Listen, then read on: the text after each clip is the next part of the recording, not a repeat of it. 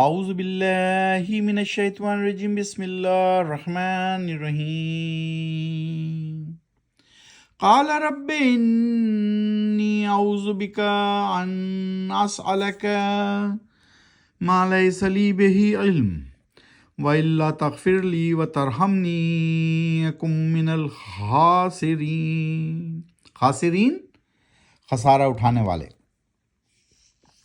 ابھی آپ کے سامنے آیت نمبر 47 سورہ ہود، پارہ وما من دابہ، پارہ نمبر 12 چیپٹر 11 سورہ ہود۔ یہاں اللہ سبحانہ تعالیٰ وہی نوح علیہ السلام کا قصہ بیان کر رہے ہیں، اور ہم نے ابھی 47 نمبر کی آیت پڑھی۔ کہا نوح نے، اے میرے رب، یقیناً مانگتا ہوں میں پناہ تیری اس بات سے کہ سوال کروں میں تجھ سے اس چیز کا کہ نہیں مجھے جس کا کوئی علم، اور اگر تو نے مجھے معاف نہیں کیا اور نہیں کیا رحم مجھ پر تو میں شامل ہو جاؤں گا خسارہ اٹھانے والوں میں سے۔ جیسا کہ ہم نے پچھلی آیات میں پڑھا تھا کہ اللہ سبحانہ وتعالیٰ نے کہا کہ اب تم اپنی ایک کشتی بناؤ، پھر حکم ہوا کہ اس میں تم اپنے لوگوں کو اور اپنے مویشیوں کو لوڈ کر لو۔ پھر وہ چل پڑی کشتی، اور باقی تمام جو لوگ تھے وہ ڈبو دیے گئے یا غرق کر دیے گئے، یا ایک طوفان آیا، طوفان نوح جسے کہتے ہیں، جس میں صرف جو لوگ کشتی میں سوار تھے وہی پار لگ سکے یا زندہ بچے اللہ سبحانہ وتعالیٰ کے حکم سے۔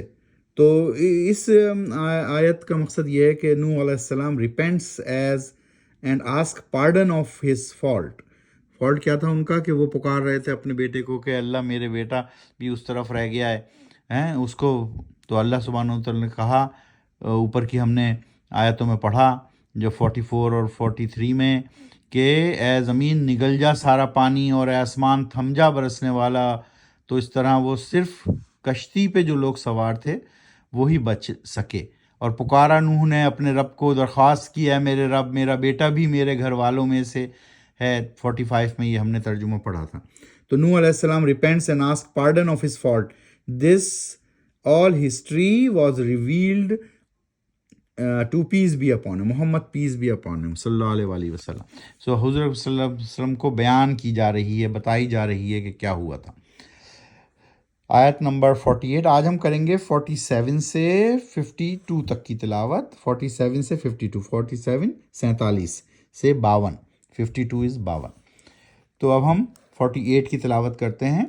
قیل یا نوح بسلام منا وبرکات علیک وعلی ممن معک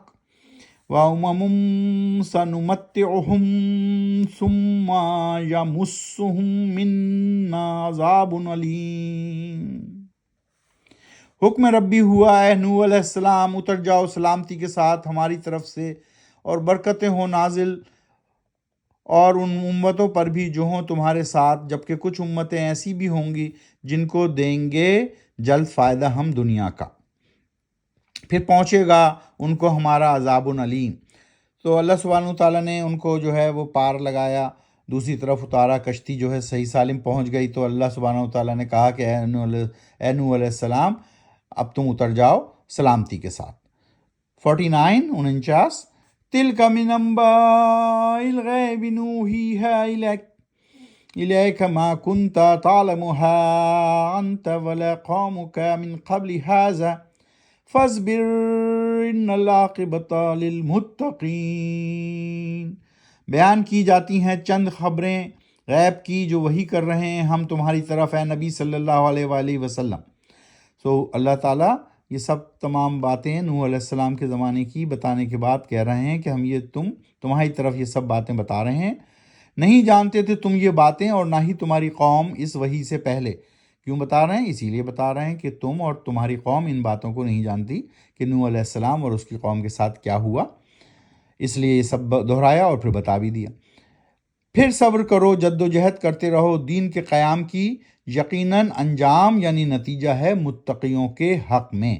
متقی یعنی اللہ کے حکم کے حساب سے زندگی گزر بسر کرنے والے۔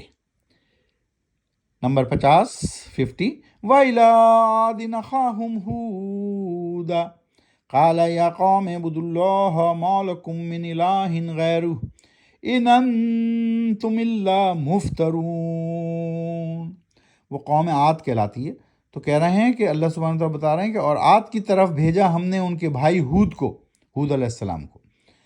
کہا ہود نے، اسی لیے اس سورت کا نام ہود ہے، کہا ہود نے یعنی ہود علیہ السلام نے، اے میری قوم بندگی کرو اللہ کی، اے میری قوم بندگی کرو اللہ کی، نہیں ہے تمہارا کوئی الہ یعنی معبود علاوہ اس اللہ کے، اور نہیں ہو تم مگر گڑھنے والے جھوٹ کو، تو تم جھوٹ نہ گڑھو اور اس بات کو مانو کہ تمہیں بندگی کرنی ہے اللہ کی۔ یہ کس نے کہا؟ ہود علیہ السلام نے اپنی قوم کو۔ آیت نمبر 51، یا قوم لا اسألکم علیہ اجرا ان اجری الا علی الذی فطرنی افلا تعقلون۔ اے میری قوم، نہیں کرتا سوال یعنی مانگتا میں تم سے اس دین کی دعوت دینے پر کوئی اجر، یعنی میں یہ دعوت جو تم کو دے رہا ہوں دین کی، اللہ کا پیغام جو تم تک پہنچا رہا ہوں، اس پر میں تم سے کوئی ڈیمانڈ نہیں کر رہا، کوئی اجر نہیں مانگ رہا، کوئی اجرت نہیں مانگ رہا، کوئی پیسہ نہیں مانگ رہا۔ نہیں ہے اجر میرا مگر اس ہستی اللہ کے ذمے۔ اجر کون دینے والا ہے؟ اجر میرا اللہ دے گا، جس نے رکھا ہے مجھے فطرت پر۔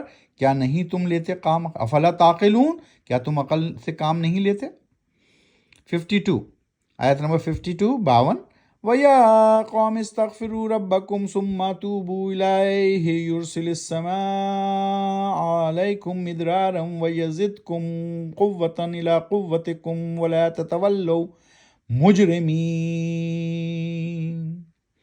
اے میری قوم، استغفار کرو چاہو یعنی معافی مانگو اپنے رب سے، پھر تم توبہ کرو یعنی رجوع کرو اس کی طرف، کھول دے گا آسمان سے وہ تم پر اس کے مدار یعنی نعمتوں کے دہانے، اور اضافہ کرے گا مزید قوت موجودہ قوت میں، اور نہیں منہ موڑو بندگی سے کہ بنو تم مجرم۔